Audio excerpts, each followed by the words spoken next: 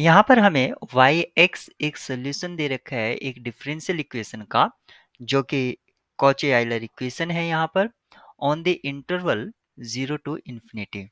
यहाँ पर कुछ कंडीशंस भी दे रखी हैं कि limit x tends to 0 positive y x exist करता है और वाई वन की वैल्यू 1 है। तो आपको y prime at 1 find out करना है। तो सबसे पहले जो इक्वेशन है उसको हम सिंप्लीफाइड फॉर्म में लिख लेते हैं, और जब भी कॉची आइलर इक्वेशन को सॉल्व करते हैं हम एक सब्स्टिट्यूशन का यूज करते हैं, x equals to e raise to the power z या ln x equals to z। अब मैं इसको लिखता हूं, तो मैं इसको लिख सकता हूं d minus one plus d minus four equals to zero. ये मेरा एक तरह से कॉम्प्लीमेंट्री फंक्शन होगा जो इक्वेशन ऊपर है in terms of capital D. Actually हमें तो रूट्स फाइंड आउट करने हैं, चाहे आप डी के टर्म्स में लिखें या एम के टर्म्स में। ये क्या होगा, D square minus D plus D minus four equals to zero, cancel out हो जाता है। ये इम्प्लाई करता है D square minus four equals to zero. तो यहाँ से हमें डी की दो वैल्यू मिल जाती हैं, एक प्लस टू और एक माइनस टू। अगर अब हम कॉम्प्लीमेंट्री फंक्शन लिखते हैं जिसको मैं वाई एक्स से रिप्रेजेंट कर देता हूँ, ये जनरल सोल्यूशन नहीं है अभी हम, क्योंकि राइट हैंड साइड में आपको not equals to zero function है, तो यहाँ पर पर्टिकुलर इंटीग्रल भी एग्जिस्ट करेगा। कॉम्प्लीमेंट्री फंक्शन हो जाएगा c one e raise to the power two z, क्योंकि ये हमें न्यू वेरिएबल की टर्म्स में लिखना होगा क्योंकि हमने new independent variable z consider कर लिया है, plus C two e raise to the power minus two z. अगर मैं इसको ओरिजिनल वन वेरिएबल में अगर लिखता हूं तो मैं इसको लिख सकता हूं c one x square plus C two x raise to the power minus two, या मैं इसको फर्दर लिख सकता हूँ c one x square plus सी टू अपॉन एक्स स्क्वेयर। यहाँ पर उसने कहा था कि जो लिमिट है एट जीरो वो एग्जिस्ट करती है, तो इस y फंक्शन की लिमिट एग्जिस्ट कर रही है एट जीरो पॉजिटिव पर, यानी कि राइट हैंड साइड से। और ये तभी एग्जिस्ट कर सकती है क्योंकि limit of x tends to zero positive C one x square, ये तो हमारी लिमिट जीरो हो जाएगी।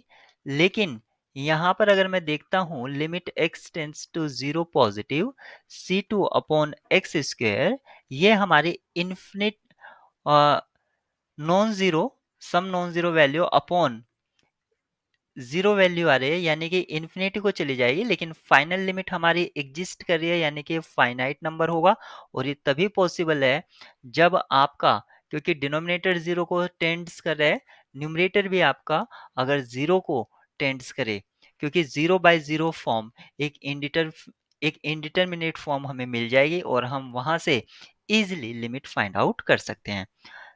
यहाँ से हमें ये आइडिया हो गया है कि जो C2 है वो जीरो होगा जब ये लिमिट एग्जिस्ट करेगी।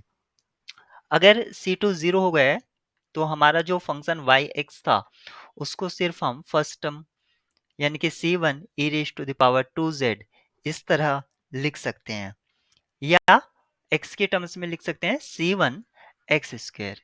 ये हमारा अभी तक सोल्यूशन है। सेकेंड कंडीशन, उन्होंने कहा था कि y1 का वैल्यू 1 है, यानी कि y1 इज 1।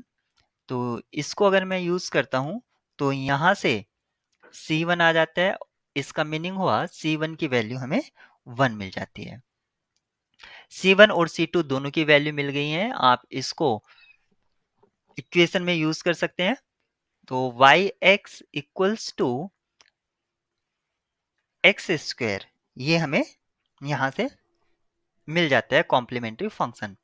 अब हमें पर्टिकुलर इंटीग्रल देखना होगा, वो क्या होगा, 1 upon F D into E raise to the power 2 Z.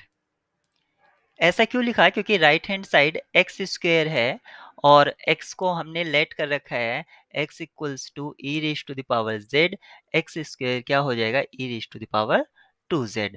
हमें न्यू वेरिएबल के टर्म्स में ही इसको लिखना होगा। और एफ डी जो है आपके पास वो है 1/d² - 4। अगर यहाँ से हम देखते हैं जो x है वो e raise to the power 2z type का है, यानी कि a का वैल्यू यहाँ पर 2 है। अगर इसको हम fa में पुट करते हैं तो वैल्यू 0 आ रही है।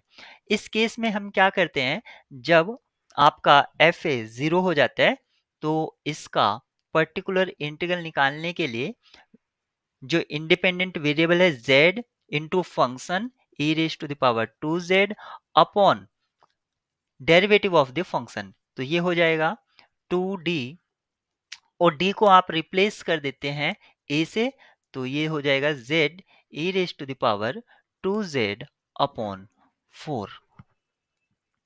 यहां से हमें ये मिल जाता है इन टर्म्स ऑफ x। अगर हम लिखते हैं तो इसको हम लिख सकते हैं x ln x अपॉन 4।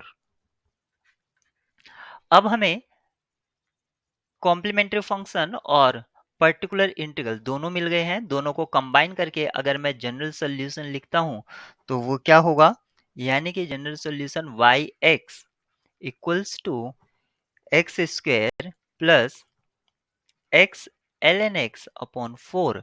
लेकिन हमसे कहा गया था कि y प्राइम की वैल्यू फाइंड आउट करनी है एट 1, तो हम यहाँ से y प्राइम निकालते हैं। वो हो जाएगा 2x प्लस 1/4, और आप प्रोडक्ट रूल को यूज कर लीजिए। ये हो जाएगा x upon x plus ln x, और इसको फर्दर सिंप्लीफाई करने पर हमें मिलेगा 2x plus 1/4 1 plus ln x। यहाँ पर 1 को पुट कीजिए x के प्लेस पर, तो हमें मिल जाएगा 2 प्लस 1/4 इनसाइड ब्रैकेट 1 प्लस 0, यानी कि 2 प्लस 1/4, इट मीन्स 2.25।